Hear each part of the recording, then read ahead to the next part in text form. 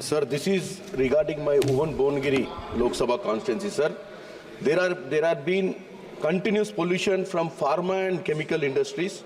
10 to 15 formulation and chemical industries are damaging groundwater, soil and emitting chemical gases into air. Unfortunately, these companies have been operated by corporates, and one of the member in the upper house also. The Environment Ministry kept the formulation industries in non-polluting category, and central government left the penal action to the state pollution board. If the boards does not take action, who will save the environment? And at the same time, sir, please conduct the comprehensive impartial inspection with the experts consisting of scientists from CPCB and Indian Institutes of Chemical Technology, and save the environment, sir, because there are a lot of people who are suffering.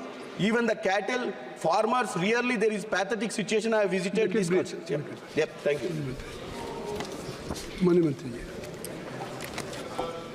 माननीय सभापति महोदय, जो विभिन्न राज्यों में pollution का विषय है, चूँकि हमारे यहाँ पर संघीय ढांचा है और इसलिए central pollution control board direction देता है, इश्यूज़ देता है, लेकिन जो स्टेट के जो मैनेजमेंट का विषय है वो स्टेट पॉल्यूशन कंट्रोल बोर्ड के द्वारा किए जाते हैं।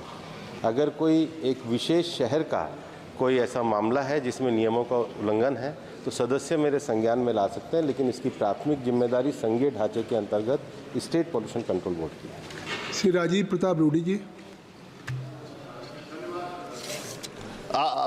बार बार आया कीजिए सर यहाँ पर। महोदय, जब हमारा जन्म होता है और जब जन्म से लेकर के अंतिम सांस तक एक ही चीज हमारे शरीर में है जो बिना किसी कंडीशंस का हमेशा हमें वो चलता रहता है, वो हमारा हार्ट है सर। उसको कुछ नहीं चाहिए, उसको स्वच्छ ऑक्सीजन चाहिए, चाहे हम रोते रहे, चाहे हम जगे रहे, चाहे हम गुस्से में हो, सोए रहे, वो हमेशा अपना काम करता है और उसको ईश्वर ने स्वच्छ वायु और ऑक्सीजन मेरा यही है कि एक ऐसा चीज है जिसके बारे में हम कभी सोचते नहीं है, लेकिन हमारे जीवन का अंश वही है। जन्म से लेकर मृत्यु तक वो बिना किसी पूछताछ के लिए वो अपनी सेवा करता रहता है। उसे स्वच्छ सिर्फ ऑक्सीजन की जरूरत होती है और वो कुछ नहीं मांगता है, और ये संघर्ष उसी ऑक्सीजन का है।